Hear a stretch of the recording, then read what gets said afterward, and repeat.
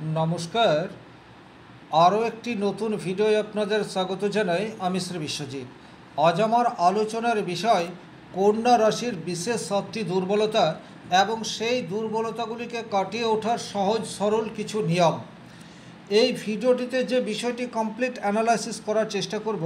আপনি যদি একজন কন্যা রাশির ছেলে হয়ে থাকেন সেক্ষেত্রে ভিডিওটি কমপ্লিট দেখবেন এবং সমাধানের রাস্তায় যদি আপনি বিশ্বাস রেখে মাত্র 1 মাস হাঁটতে পারেন সেক্ষেত্রে আপনার সমস্যাগুলি যতই গভীর হোক না কেন ক্রমান্বয়ে আস্তে আস্তে মিনিমাইজ হবে, এ বিষয়ে কিন্তু কোনো ডাউট নেই। এর জন্যে আপনাকে কোনোরূপ অর্থ খরচ করতে হবে না, কোনো জেমস স্টোন রত্ন কবচ মাদুলি তাবিজ কিচ্ছু গ্রহণ করার দরকার নেই। কিছু ছোট ছোট অভ্যেসের পরিবর্তন আপনার জীবনে বড় এবং দীর্ঘমেয়াদী পজিটিভ ইম্প্যাক্ট নিয়ে আসবে। এই বিশ্বাসটা রাখলেই আপনি কিন্তু ক্রমান্বয়ে নিজের জীবনকে আরও উন্নততর করতে পারবেন, এতে কিন্তু কোনোরূপ ডাউট নেই। চলে আসছি মূল আলোচনায়। কন্যা রাশি বুধ প্রভাবিত রাশি। কন্যা রাশির সবচেয়ে বড় যে দুর্বলতা সেটি হচ্ছে খুঁতখুঁতে স্বভাব। দেখুন, প্রত্যেকটা কাজ প্রত্যেকটা মানুষ 100% সঠিকভাবে করতে পারবে না, এটা স্বাভাবিক। আমাদের মধ্যে ভুল ত্রুটি এটা থাকবে, কিন্তু কন্যা রাশির ছেলেদের মধ্যে এতটাই খুঁতখুঁতে স্বভাব থাকে যে কোনো পারফেক্ট কাজের মধ্যেও এরা ভুল ত্রুটি দেখতে পায়। তার ফলে কিন্তু অফিসেও বলুন বা ব্যবসা ক্ষেত্রে বলুন বা ফ্যামিলি লাইফে বলুন, নিজের প্রবলেম অনেকটা নিজেই ক্রিয়েট করে ফেলে। কারণ কোনো কাজের পারফেকশন 100% এরা খুঁজে পায় না। একটা প্রকৃত অর্থে সুচারু কাজের মধ্যেও এরা ভুল খোঁজার চেষ্টা সেটি অনবরতই করতে থাকে। আপনার মধ্যেও যদি এই নেগেটিভিটি রয়েছে সেক্ষেত্রে কিন্তু এটিকে কাটিয়ে ওঠার জন্য সবচেয়ে প্রথমেই আপনাকে যেটা করতে হবে সেটা হচ্ছে প্রশংসা। ভালো কিছুর প্রশংসা আপনাকে অধিক মাত্রায় করতে হবে। সেটি সুন্দর ফুল হতে পারে, সুন্দর গান হতে পারে, সুন্দর অ্যাক্টিং হতে পারে, খেলাধুলা হতে পারে। অর্থাৎ যখন আপনি অপর মানুষের প্রশংসা করতে পারবেন তখনই দেখবেন আপনার মধ্যে যে খুঁতখুঁতে স্বভাব রয়েছে এটি ক্রমান্বয়ে আস্তে আস্তে লোপ পাবে।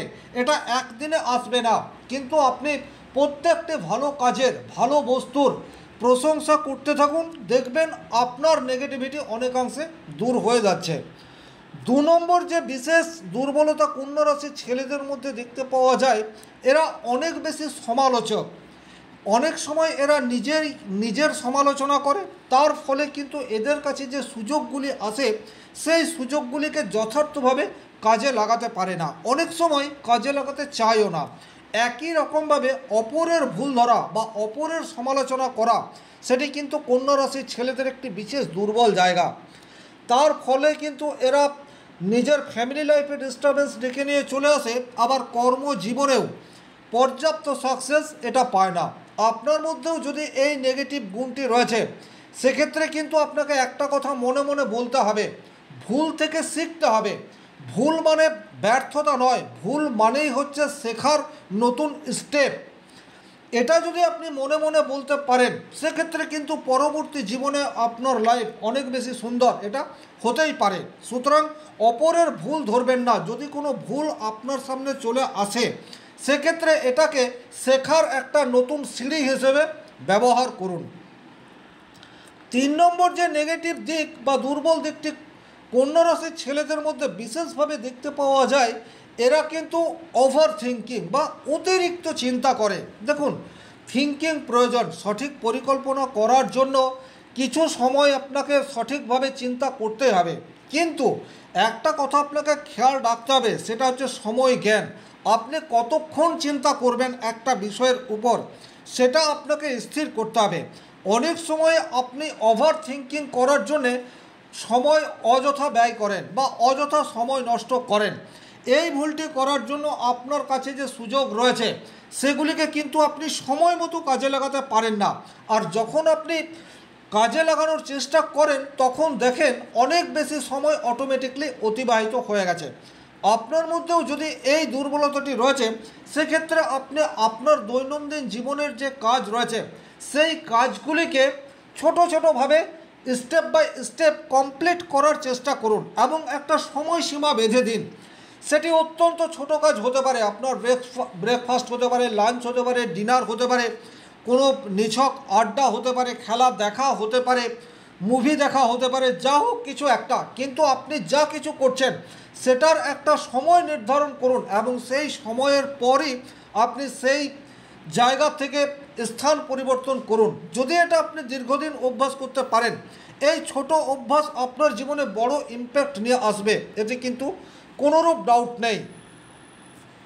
কন্যা রাশির ছেলেদের আরও একটি যে বিশেষ দুর্বলতা রয়েছে সেটা হচ্ছে আবেগ ঠিকঠাক প্রকাশ করতে না পারা। অর্থাৎ আপনাদের মনের মধ্যে অনেক সময় অনেক কিছু চলে, কিন্তু সেগুলিকে যথা সময়ে যথাস্থানে অ্যাপ্রোচ আপনারা করতে পারেন না। আপনাদের মনে যেটা চলছে সেটা যাকে বলা দরকার, যে সময়ে বলা দরকার, আপনি জড়তার জন্য বা কিছুটা লাজুক প্রকৃতির জন্য উপযুক্ত সময়ে আপনার মনের ভাব প্রকাশ করতে পারলেন না। আপনার আবেগ আপনার মনেই চাপা থেকে গেল, তার ফলেও কিন্তু আপনাদের জীবনে পর্যাপ্ত সাকসেস এটা ঠিক সময়ে আসে না। আপনার মধ্যেও যদি এই লাজুকতা রয়েছে বা এই সাইনেস বিষয়টি রয়েছে, সেক্ষেত্রে কিন্তু এটি আপনাকে নিজেকেই প্রকাশ করার চেষ্টা এটি করতে হবে। এর কোনো ওষুধ নেই, এর একমাত্র ওষুধ হচ্ছে আপনার নিজের যখন যেটা মনে হবে তখন সেটাকে অ্যাপ্রোচ করতে হবে। এটা আস্তে আস্তে আপনাকে অভ্যাস করতে হবে। প্রথমত আপনি আপনার ফ্যামিলিতে এটি অ্যাপ্রোচ করার চেষ্টা করুন। অনেক সময় কন্যা রাশির ছেলে তার সহধর্মিণীকেই এটি বলতে পারে না, নিজের ছেলে মেয়েকেও ঠিকঠাক সময়ে গাইড করতে পারে না।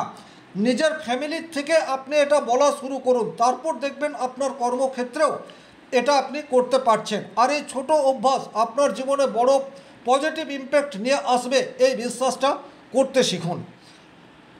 6 নম্বর যে বিশেষ দুর্বল জায়গা কন্যা রাশির ছেলের মধ্যে বিশেষভাবে দেখতে পাওয়া যায়, এরা ঝুঁকি নিতে ভয় পায় বা কমফোর্ট জোন থেকে বেরোতে চায় না। এরা একটা যে নিজের গণ্ডি বা নিজের আবরণের মধ্যে রয়েছে, সেই আবরণ থেকে বেরোতে গেলে এদের ভীষণ একটা কাল্পনিক ভয় অটোমেটিকলি চলে আসে। এই দুর্বলতা আপনার জীবনে যদি রয়েছে, সেক্ষেত্রে কিন্তু আপনার ট্যালেন্ট কোনোদিনই যথার্থ মূল্য পাবে না। কারণ আপনাকে কমফোর্ট জোন থেকে বেরোতে হবে।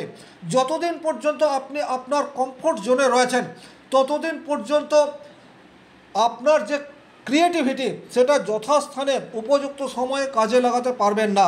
তাই ক্যালকুলেটিভ রিস্ক এটা আপনাকে নিতেই হবে। একটা কথা মনে রাখবেন, ক্যালকুলেটিভ রিস্ক নিয়েই কিন্তু প্রত্যেকটা মানুষ সাকসেসের চূড়ায় ওঠে।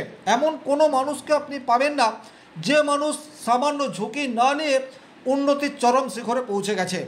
আপনার মধ্যেও যদি এই নেগেটিভিটি রয়েছে, সেক্ষেত্রেও কিন্তু আপনাকে মেডিটেশন করতে হবে, কিছু শরীরচর্চা করতে হবে, হাঁটাচলা করতে হবে, যোগ অভ্যাস করতে হবে। সেক্ষেত্রে কিন্তু আপনার মনের মধ্যে যে কাল্পনিক ভয় রয়েছে, এই ভয়কে আপনি জয় করতে পারবেন। 7 নম্বর যে বিশেষ দুর্বল জায়গা কর্কট রাশির ছেলেদের মধ্যে দেখতে পাওয়া যায়, এরা কিন্তু মানসিক চাপ এটা জমিয়ে রাখে।